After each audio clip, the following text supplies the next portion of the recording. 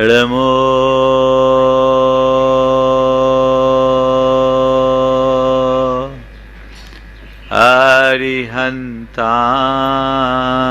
अरिहन्ताणं नमो अरिहन्ताणं नमो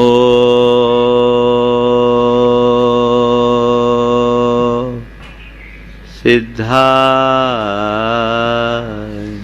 नमो सिद्धाय नमो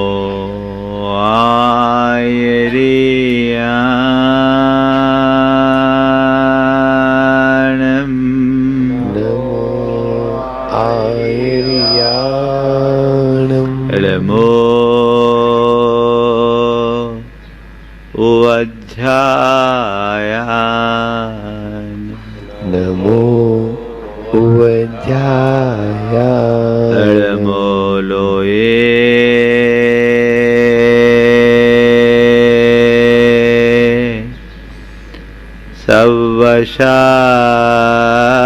सवशाहुनं नमो लोये सवशाहुनं ऐसो पंचणमोयारो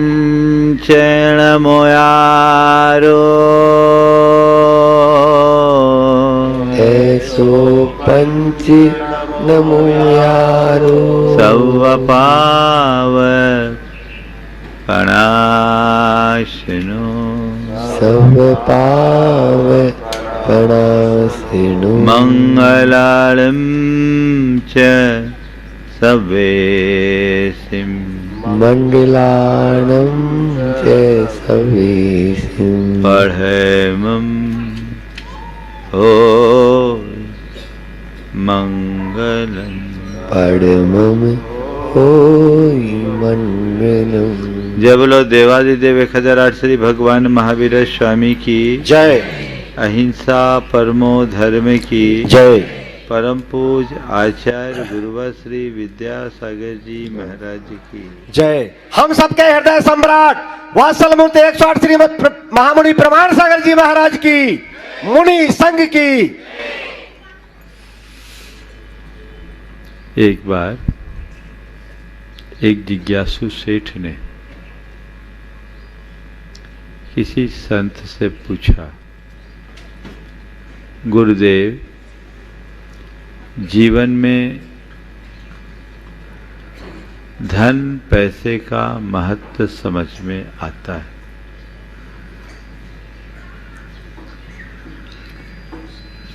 प्रतिष्ठा और प्रभाव का असर भी दिखता है,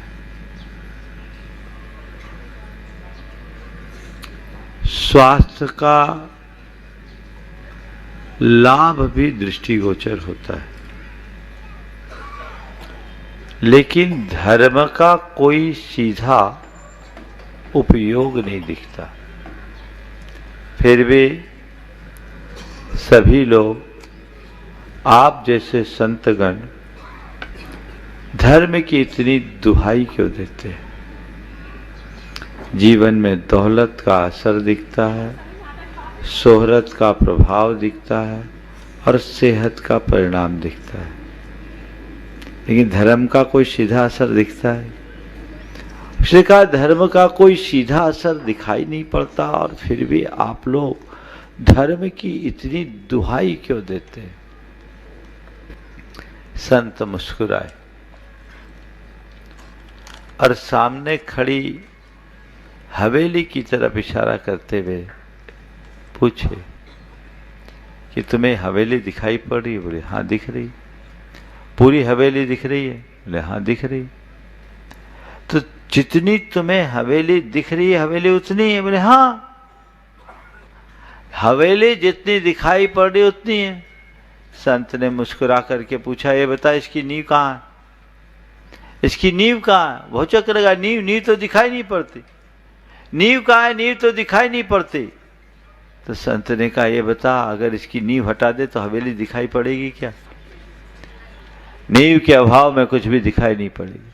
संत ने उसे समझाते हुए कहा, जो स्थान हवेली के लिए नींव का है, वही स्थान जीवन के लिए धर्म का है।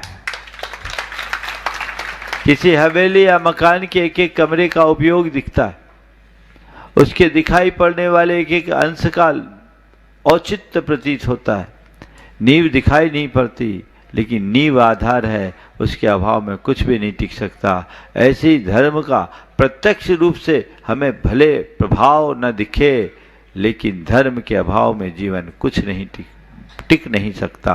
जैसे नींव मकान को स्थिरता प्रदान करती है, वैसे ही धर्म जीवन को स्थिरता प्रदान करता है आप लोगों का ऐसा विश्वास? आप सब लोग धर्मात्मा हो कि नहीं? महाराज धर्मात्मा नहीं होते तो यहाँ काहे को आते? हम धर्म भी करते, लेकिन किस लिए करते? आज का सबसे महत्वपूर्ण सवाल। अभिरुचि कॉलोनी में आप लोगों ने मंदिर बनाया, भगवान की प्रतिष्ठा भी हो गई, अब वेदी प्रतिष्ठा के लिए हम लोगों को यहाँ लेकर आए, है ना? लेकिन ये सब किस लिए? बोलो। हाँ, धर्म के लिए। तो धर्म किस लिए?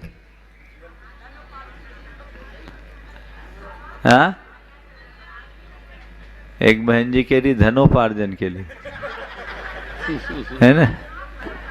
सबका अपना अपना हिसाब है और सभी लोग उसी हिसाब से पूरी बात करते हैं।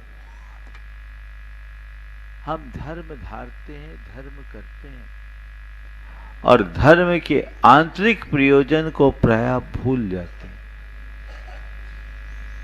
जब तक हम धर्म के आंतरिक प्रयोजन को नहीं समझे, तब तक धर्म धारण का सही लाभ भी नहीं मिलता।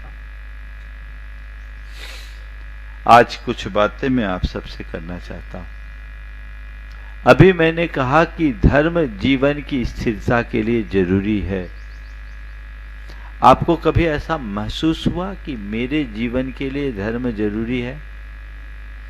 बोलो। हाँ, क्यों? धर्म नहीं करोगे तो क्या होगा? बोलो।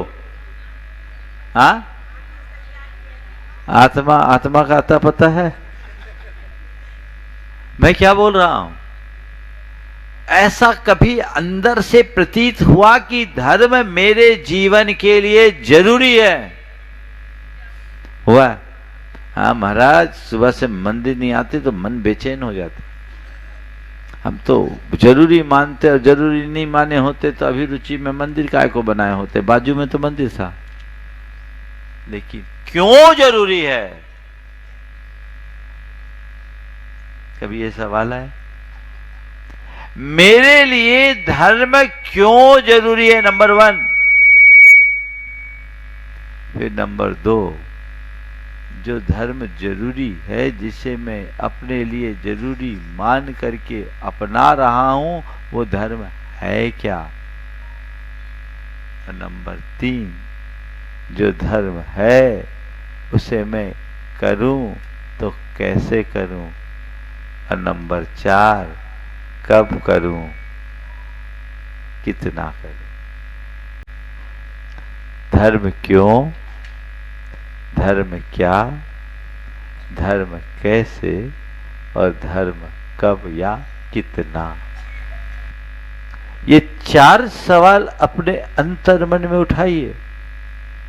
ये जीवन की दिशा बदलेगी। आपको धर्म जरूरी लगता है। क्यों लगता है? धर्म नहीं करेंगे तो पाप बढ़ेगा, है ना? धर्म नहीं करेंगे तो दुर्गति में जाएंगे, धर्म नहीं करेंगे तो नरक जाना पड़ेगा, धर्म नहीं करेंगे तो कष्ट आएगा। यही सब है ना? है ना? और कुछ बोलो। धर्म नहीं करने से क्या होगा? धर्म करने से क्या होगा, ये तो बात की बात है। हाँ, बहन जी ने बात तो पकड़ी है। अशांति रहती है। धर्म नहीं करने से अशांति है, अधर्म में अशांति है, धर्म में शांति है। मैं आपसे सवाल कर रहा हूं, आप धर्म कर रहे हो, शांति है कि नहीं? अभी तो है। बस धर्म जरूरी है। क्यों? क्योंकि धर्म ही एक ऐसा तत्व है जो हमारे जीवन में स्थिरता लाता है। सुख में, दुख में, संयोग में, वियोग में, हानि में, लाभ में, मान में, अपमान में स्थिरता लाने की क्षमता यदि किसी के पास है तो केवल और केवल सच्चे धर्मी के पास है, क्योंकि धर्म के अलावा ऐसा कोई तत्व नहीं जो हमें स्थिरता देता। अपनी प्रवृत्तियों में संयम और भावनाओं में स्थिरता, यही धर्म का मूल उद्देश्य होना चाहिए। और इसके लिए धर्म के अलावा और कोई रास्ता भी नहीं है। आप धर्म करते हो, धर्म के दूसरे उद्देश्यों को तो प्रमुखता दे देते हो।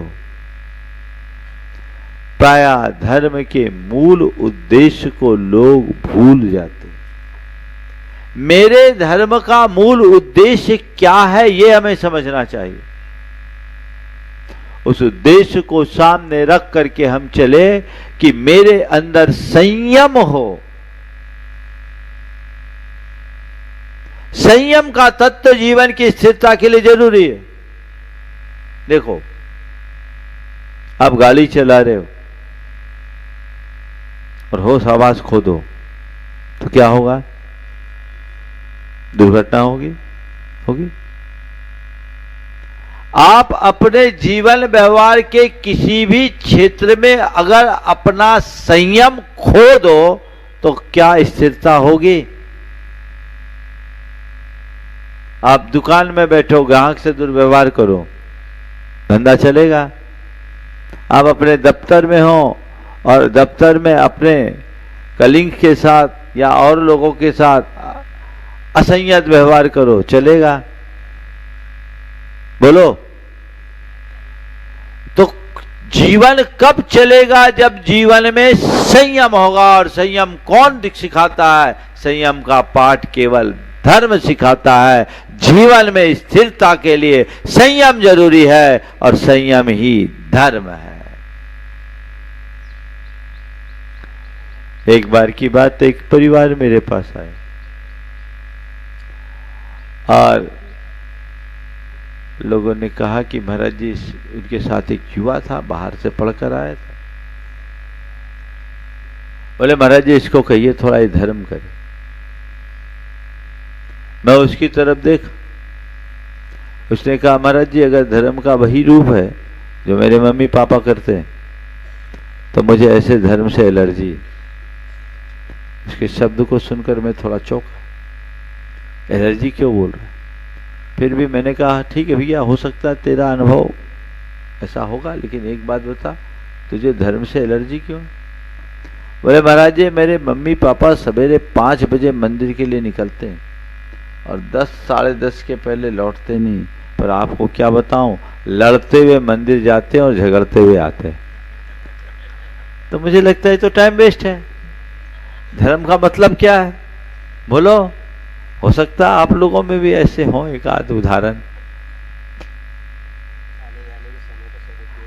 हाँ, महाराज कह रहे आने जाने का टाइम का उपयोग कर लेते हैं।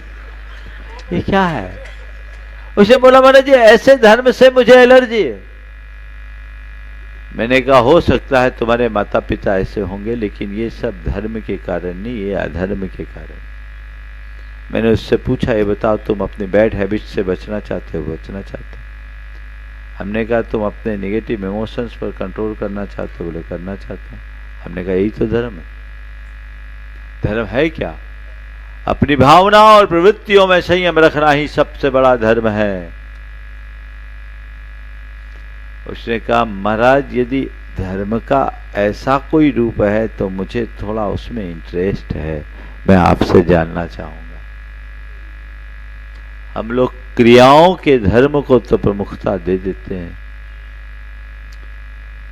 भाव और विचार में धर्म को बहुत कम प्रतिष्ठित कर पाते हैं, जबकि हमारी कोशिश भाव और विचारों में धर्म को प्रतिष्ठापित करने की होनी चाहिए।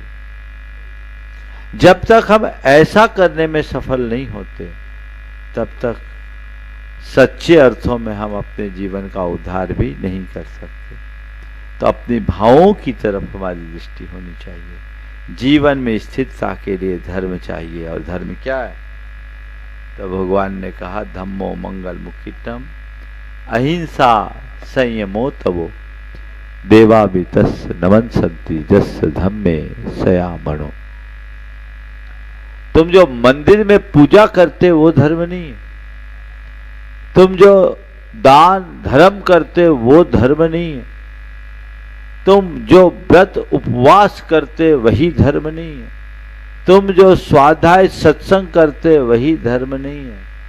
ये तो सब धर्म के बाहरी आवरण है। असली धर्म है अहिंसा, असली धर्म है संयम, असली धर्म है तप। तुम्हें देखना है तुम्हारे जीवन में अहिंसा है कि नहीं, संयम है कि नहीं, तप है कि नहीं। अहिंसा को आत्मसात करिए। आज अच्छे अच्छे धर्मियों के जीवन में भी अहिंसा के प्रति जैसी जागरूकता होनी चाहिए वो नहीं होती। अपने आप को धर्मी मानते। आप अगर मंदिर में बढ़ चढ़ करके हिस्सा लेते हो, पूजा पाठ करते हो, आप अपनी छवि एक धार्मिक व्यक्ति के रूप में बना सकते हो। आप यदि व्रत उपवास करते हो तो आप अपनी पहचान एक धर्मात्मा की जैसी बना सकते हो। आप दान धर्म करते हो तो आप पूरे समाज में एक धर्मी व्यक्ति के रूप में ख्यात हो सकते हो। अन्य तरह की धार्मिक क्रियाएं आपको धार्मिकता की पहचान दे सकती है, लेकिन उसका परिणाम जीवन में परिलक्षित हो ये कोई जरूरी नहीं। संत कहते हैं,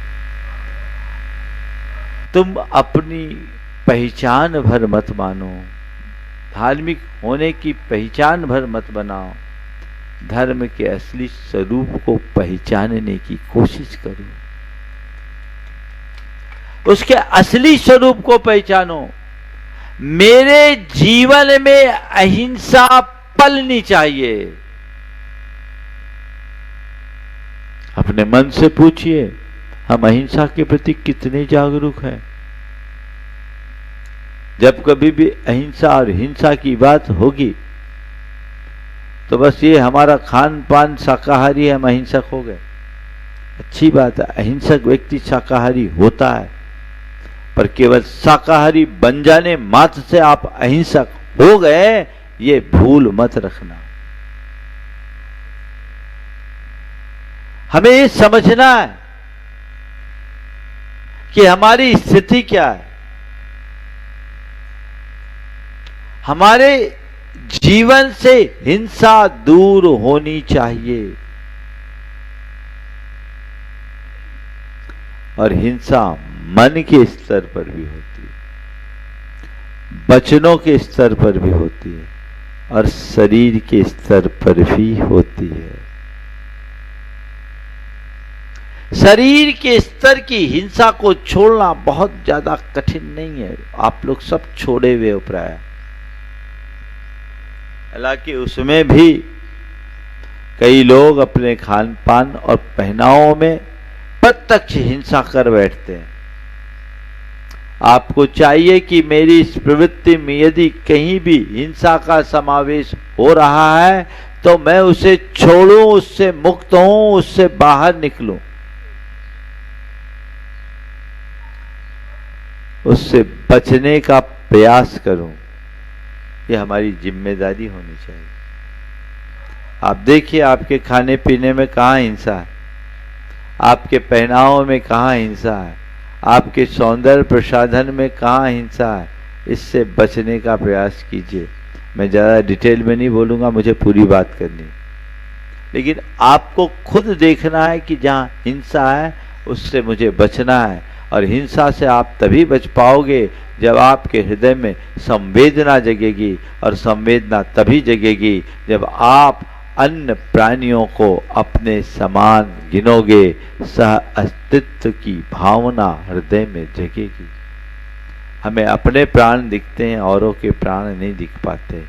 जब हम अपने प्राणों के साथ अन्य प्राणियों के प्राण को देखना शुरू करते हैं, तब जीवन की दिशा बदलती। तो अहिंसा की तरफ दृष्टि रखने में शरीर के स्तर की हिंसा से मुझे बचना है, क्योंकि मैं धर्मी हूं और अहिंसा मेरा धर्म है। दूसरे क्रम में वचन के स्तर पर होने वाली हिंसा से बचना, इसको बहुत कम लोग ध्यान में रखते हैं।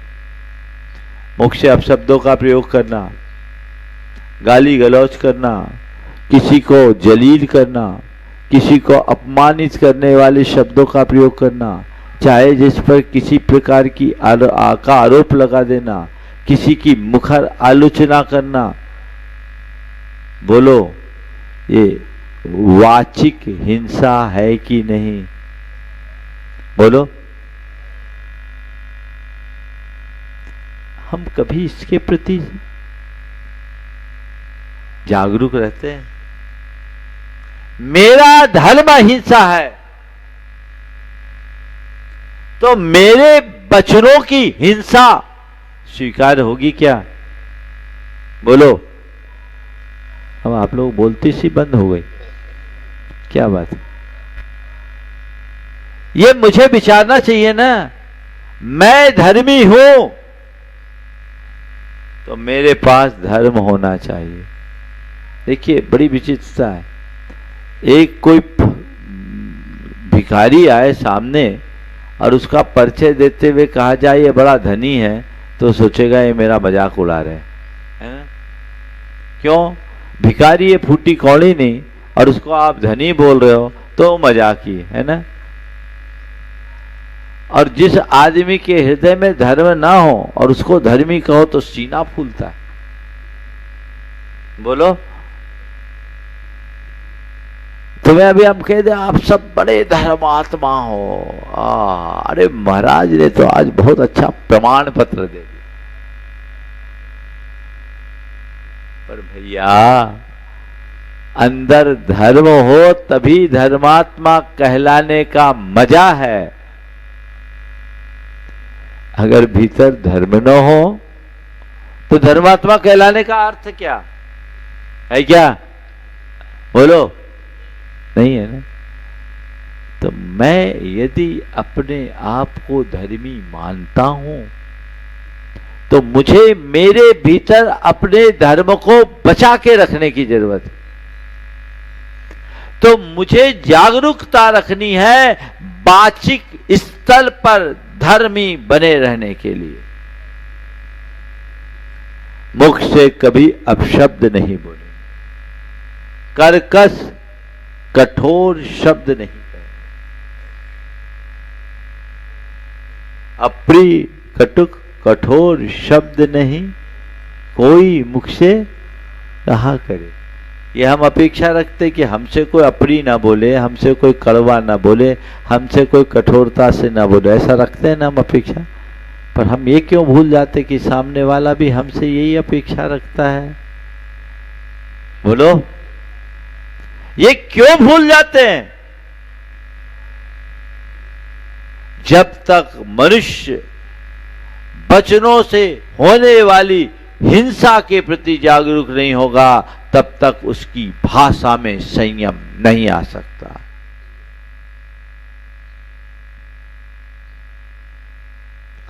आप चाहेंगे कि मेरे वचनों में संयम आए, मैं वाचिक स्तर पर अहिंसा की आराधना करूं? चाहेंगे कि नहीं चाहेंगे? बोलो। हमारा चाहते तो सब है ना, पर करते नहीं है। करना शुरू कीजिए। आज से एक लेसन लेकर जाइए कि मुझे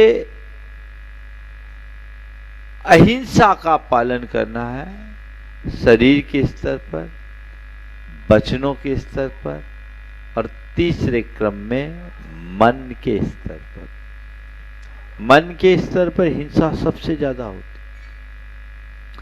किसी की निंदा करना, किसी से द्वेष रखना, किसी से ईर्ष्या करना, किसी की प्रगति को देखकर जलना कुड़ना, मन में क्रोध का भाव आना, अभिमान को पालना, लोभ लालच और मायाचारी का भाव रखना, ये जो मनोगत दुर्भाव है, ये सब मानसिक हिंसा है।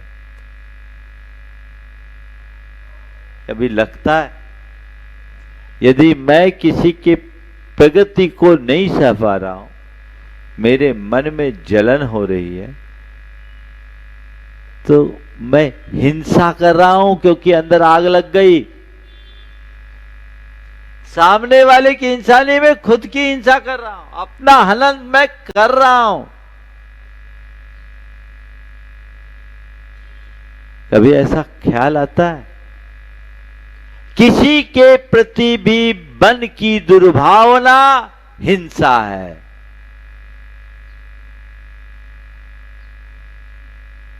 बोलिए, अच्छे भाव ज्यादा रहते हैं या बुरे भाव? हाँ,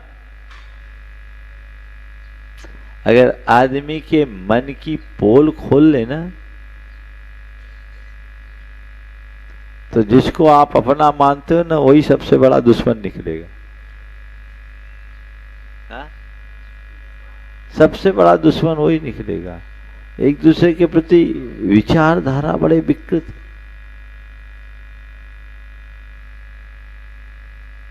तीन मित्र थे, तीनों ने भगवान की आराधना की। कहते भगवान प्रसन्न हो गए। पूछा तुम क्या चाहते हो, कोई एक वरदान मांगो।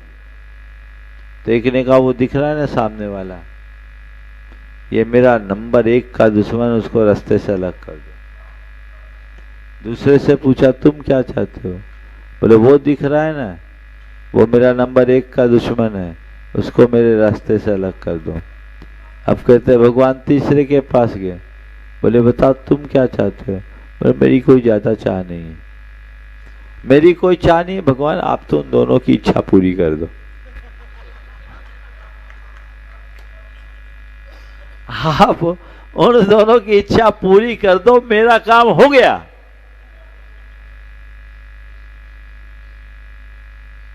बड़ी बुरी हालत है। ये हमारे अंदर की मनोदशा का उदाहरण है। देख दूसरों की प्रगति को कभी न ईर्ष्या भाव धरो, आप लोग बोलते हैं, पर मन में ईर्ष्या का भाव किस कदर पनपता है, कभी विचार करें। उस ईर्ष्या भाव से बाहर आने का प्रयास, मुक्त होने की कोशिश कीजिए, बाहर निकलिए, जिससे जीवन धन्य हो सके। तो अहिंसा मन के स्तर, वचन के स्तर पर और शरीर के स्तर पर होनी चाहिए। ये तभी होगी जब तीनों स्तर पर हम हिंसा से बचेंगे, तब धर्म होगा। संयम, दुष्प्रवृत्तियों पर लगाम, अपने खान पान में संयम, अपने पहनावे में संयम, अपनी बोली व्यवहार में संयम, अपनी आदतों पर अंकुश होना चाहिए कि नहीं? अगर इनमें असंयम है तो मैं धर्मी हूं क्या? कई लोग सवेरे से भगवान का अभिषेक भी करते हैं और शाम को पैग भी चढ़ाते हैं। बोलो बंधुओं, धर्म अंदर की चीज है, धर्म कोई क्रिया नहीं, जीवन के रूपांतरण की प्रक्रिया। आप पूजा पाठ आदि धार्मिक क्रियाओं को जितनी रुचि से करते हैं, काश अपने प्रति उतनी सजगता जगा लें, जीवन बदल जाए। धार्मिक क्रियाएं करना बहुत अच्छी बात है, लेकिन उसे ही सब मान लेना अच्छी बात नहीं है। प्राय लोग उसमें मुग्ध हो जाते हैं, आत्ममुग्धता के साथ जीते हैं, जिसका परिणाम कतई अच्छा नहीं होता। हमें आत्ममुग्धता से बाहर निकलने का प्रयास करना चाहिए, जिससे जीवन में अच्छा परिणाम घटित हो सके और हम अपने जीवन को बेहतर बना सके। हमने एक भ्रम पाल रखा है कि हम सवेरे से भगवान का पूजा पाठ कर लेंगे, घंटे 2 घंटे की क्रिया कर लेंगे तो हमारा सारा पाप कट गया। नहीं,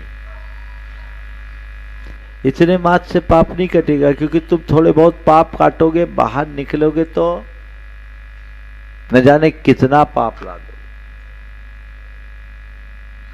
पाप काटने के लिए धर्म करना धर्म का असली रूप नहीं, पाप त्यागने के लिए धर्म कीजिए,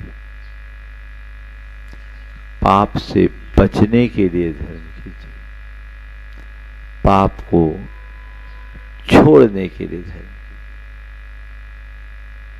काटना तो अपने आप होगा, पर काटने से बड़ा धर्म त्यागना है। आप एक तरफ पूजा पाठ कर रहे हो और दूसरे तरफ पाप की क्रिया कर रहे हो, आप धर्मी नहीं हो, धर्मी कहला रहे हो। असली धर्म अधर्म न करना है। देखिए, आप गाड़ी चला रहे हो, हरी बत्ती हो और गाड़ी न चलाओ तो कोई चालान होगा क्या? ग्रीन सिग्नल में गाड़ी न चलाओ, गाड़ी खड़ी है, आपकी मर्जी। लेकिन रेड सिग्नल में गाड़ी न रोको तो क्या होगा? चालान कटेगा। ग्रीन सिग्नल में गाड़ी न चले तो कोई हर्ज नहीं, पर रेड सिग्नल में तो गाड़ी रोकनी ही पड़ती है। तुम धर्म की क्रियाएं न कर पाओ तो कोई चिंता नहीं, पर जिन कार्यों का निषेध है उसे तो छोड़ना ही चाहिए।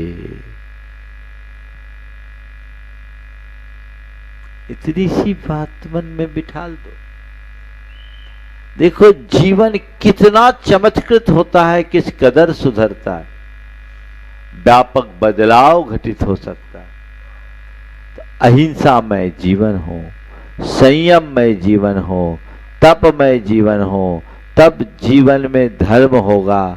और ऐसा धर्म जीवन से जुड़ता है, तभी हम अपने जीवन को बेहतर बना सकते। तो धर्म क्या आपने समझ लिया? धर्म कैसे करो? अंतर मन से जुड़ करके करे, अपने अंतरंग के भावों के साथ करे। और कब करे?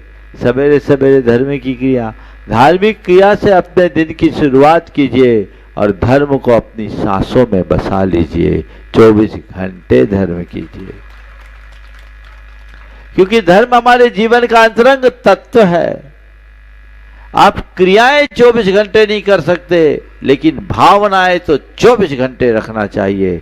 धर्म हमारे भीतर का परिणाम है। हमारे धार्मिक भाव 24 घंटे निरंतर अनवरत बने रहने चाहिए।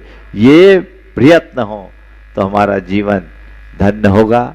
आज अभिरुचि के इस कॉलोनी में आने का योग बना। आप लोगों ने बहुत भावों से मंदिर बनाया। मंदिर इसीलिए बनाया कि हमारी धार्मिक भावनाएं बनी रहे। मंदिर में धर्म नहीं है, मंदिर में तो धर्म की भावना को जगाने का एक माध्यम है। वहां आकर हम अपनी धार्मिक भावनाओं को उद्दीप्त करते। एक बार बैटरी चार्ज करो और 24 घंटे काम में लो। तो यहाँ से बैटरी चार्ज करो। जो धर्म की बात हम मंदिर में करते हैं और सुनते हैं और सीखते हैं, पढ़ते हैं, उसको जीवन व्यवहार में उतारने का प्रयत्न करना चाहिए। ऐसा प्रयास और प्रयत्न हम करते हैं तो परिणाम सुनिश्चित रूप से बहुत अच्छा आता है। हमें वैसा ही प्रयास करना चाहिए। आज पहले दिन का पहले दिन का योग बना है। कल भगवान की प्रतिष्ठा आप लोगों को करनी है। खूब उत्साह के साथ आज आप विधान भी करेंगे और बढ़िया ढंग से आप ये कार्यक्रम कीजिए। अनायास लाभ आप लोगों को मिल गया, मंदिर बनाने के बाद ये लाभ मिला है। बस हम धर्म की मूलभूत अवधारणा को समझे और उसी दिशा में अपने जीवन को आगे बढ़ाने का प्रयत्न करें। समय हो गया है, इसलिए मैं अपनी वाणी को विराम दे रहा हूँ। हमारे प्रवचन का समय अब आप लोग ध्यान रखें, अब लाइव चालू हो गया आज से। अभी तो एक दिन बाद का चलता था, तो हमारा प्रवचन व्यवस्थापक भी ध्यान रखना 8:35 से 9:25 का टाइम एकदम हमारे लिए दीजिए और बाकी फॉर्मेलिटीज आगे और पीछे कर लो। ये समय हमें टोकना न पड़े। आपको 50 मिनट भरपूर मिलना चाहिए ना। तो आप लोग भी टाइम पर आए। अभी सर्दियों के कारण कुछ दिनों से डिले चल रहा था। 9:25 पे आप यहाँ से जाने के बाद अपने दफ्तर में भी आराम से जा सकते हो, अन्य कार्य भी कर सकते हो। ये सूचनाएं सबको दे दीजिए। हम यहाँ ठीक 8:25 पे पहुँचेंगे। 5-10 मिनट आप फॉर्मेलिटी कीजिए और 9:25 पर हमारा प्रवचन पूर्ण हो जाएगा। इसको ध्यान में रखें। शाम का शंका समाधान ठीक 6 बजे हम लोग आएंगे आचार्य भक्ति, और 6:15 से शंका समाधान होगा। और दोपहर में आज तो इनका विधान है, हम लोग अपना करेंगे स्वाध्याय। हम लोगों का देख ले स्थान कैसा। हाँ, दोपहर में प्रवचन महाराज लोगों का प्रवचन लाभ मिल जाएगा। हम नहीं करेंगे और काम हमने सुबह दे, महाराज लोग करेंगे तो कर लो। महाराज जी लोग आज याग मंडल कितने बजे से है? 1 बजे से, तो 4 बजे कर लो। 3:30 से प्रवचन महाराज जी का हो जाएगा। आधा घंटा पौन घंटा, आधा घंटा ही होगा। 3 घंटा याग मंडल में लगेगा। बोले परम पूज्य मुनि श्री 108 प्रमाण सागर जी महाराज जी।